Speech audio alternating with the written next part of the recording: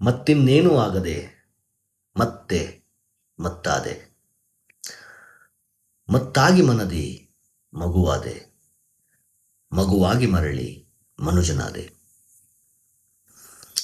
ಒಂದು ಹಕ್ಕಿ ಪ್ರಸಂಗ.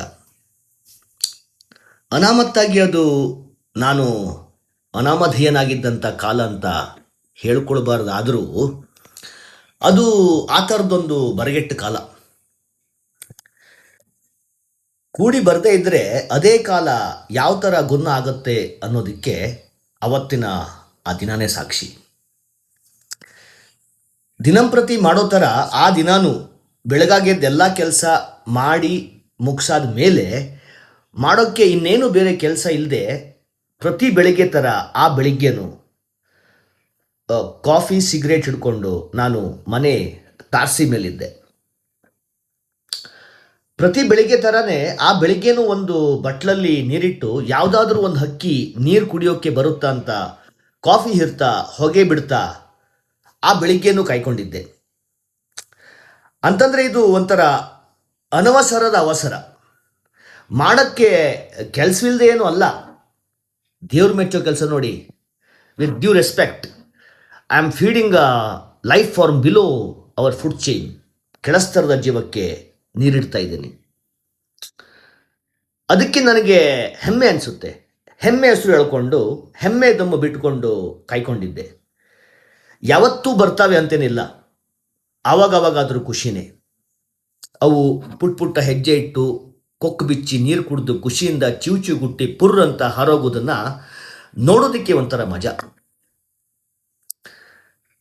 ಒಂದೊಂದು ಸಲ ರಾತ್ರಿ ಮಿಕ್ಕ ಅನ್ನ ಮೊಸರು ಕಲಸಿ ಇಟ್ಟಾಗಲೂ ತಿನ್ಕೊಂಡು ಹೋಗಿರೋದಂತೂ ಸತ್ಯ.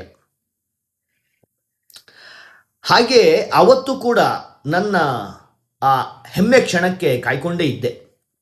ಸಿಗರೇಟ್ ಹೇಳೋದು ಇನ್ನೇನು ಖಾಲಿಯಾಗಿ ಅವತ್ತಿನ್ನು ಬರಲ್ಲ ಅಂದ್ಕೊಂಡು ನಾನು ಹೊರಡಬೇಕು ಅನ್ನೋ ಅಷ್ಟರಲ್ಲಿ ಚಿವ್ ಚಿವ್ ಚಿವ್ ಅನ್ನೋ ಸದ್ದು ಕೇಳಿ ನಾನು ಸುತ್ತಮುತ್ತ ನೋಡಿದೆ.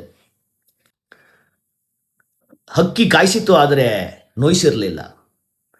ಈ ತಾರಸಿ ಪಾಗರಕ್ಕೆ ಅಂಟ್ಕೊಂಡು ಹಾಗೆ 3 ಅಡಿ ಮೇಲೊಂದು 3 ಅಡಿ ಎಕ್ಸ್ಟೆನ್ಷನ್ ಮಾಡಿಸಿಟ್ಟಿದ್ದೆ. ಅದೇ ಹಕ್ಕಿಗಳು ಬಂದು ನೀರು ಹಿಟ್ಟು ಹೀರ್ಕೊಂಡು ಹಾರು ಹೋಗಲಿ ಅಂತ. ನಾನು ನಿಂತಲ್ಲಿಂದ 1 ಅಡಿ ದೂರದಲ್ಲಿದ್ದ ನೀರಿನ ಬಟ್ಲ ಹತ್ರ ಬಂದು ಚಿವ್ ಚಿವ್ ಚಿವ್ ಅಂತ ಇನ್ನೇನು ನೀರು ಕುಡಿಯೋಕ್ಕೆ ಹೋಗಬೇಕು ಅಷ್ಟರಲ್ಲಿ ಪುಕ್ಕ ಅಲ್ಲಾಡಿಸಿ ರೆಕ್ಕೆ ಬಡ್ದು ಪುರ್ರ್ ಅಂತ ಹಾರೇ ಹೋಯಿತು. ಅರೆ ಇದೇನಪ್ಪ ಹಿಂಗೆ ಅಂತ ನಾನು ಯೋಚನೆ ಮಾಡಿ ಮುಗಿಸೋವಷ್ಟರಲ್ಲಿ ಕಿವಿ ಪಕ್ಕನೆ ಪುರ್ರ್ ಅನ್ನೋ ಶಬ್ದ. ಇದೇನದು ಹಕ್ಕಿ ಮೈಮೇಲೆ ಬಂತ ಅಂತ ಹತ್ತಿತ್ತು. ನೋಡುತ್ತಿದ್ದ ಹಾಗೆ ಹಕ್ಕಿ ಮತ್ತೆ 3 ಅಡಿ ಮೇಲೆ 3 ಅಡಿ ಎಕ್ಸ್ಟೆನ್ಷನ್ ಮೇಲೆ ಕೂತಿತ್ತು. ಈ ಸಲ ಅದು ಬರಿಗೆಯಲ್ಲಿ ಬರಲಿಲ್ಲ, ಬರೀ ಕೊಕ್ಕಲ್ಲಿ ಬರಲಿಲ್ಲ. ಪುರ್ರ್ ಅಂತ ಹಾರು ಹೋಗಿ ವಾಪಸ್ ಬರ್ತಾ ಕೊಕ್ಕಲ್ಲಿ ಒಂದು ಜೀವಂತ ಹುಳು ಹಿಡಿದು ತಂದಿತ್ತು. ವಿಲವಿಲ ಅಂತ ಒದ್ದಾಡ್ತಿದ್ದ ಹುಳನ ಕೆಳಕ್ಕಿಟ್ಟು ಕೊಕ್ಕಿಂದ ನನ್ನ ಹತ್ರಕ್ಕೆ ತಳ್ತು. ಏನಾಗ್ತಿದೆ ಅಂತ ಯೋಚನೆ ಮಾಡಬೇಕು ಅಷ್ಟರಲ್ಲಿ ಹುಳ ನನ್ನ ಹತ್ರಕ್ಕೆ ತೇಳ್ಕೊಂಡು ಒದ್ಲಾಡ್ಕೊಂಡು ಬರೋಕ್ಕೆ ಶುರುವಾಯಿತು. ನನಗೆ ಒಂಥರ ಆಗಿ 2 ಹೆಜ್ಜೆ ಹಿಂದಕ್ಕಿಟ್ಟೆ ಅಷ್ಟೇ.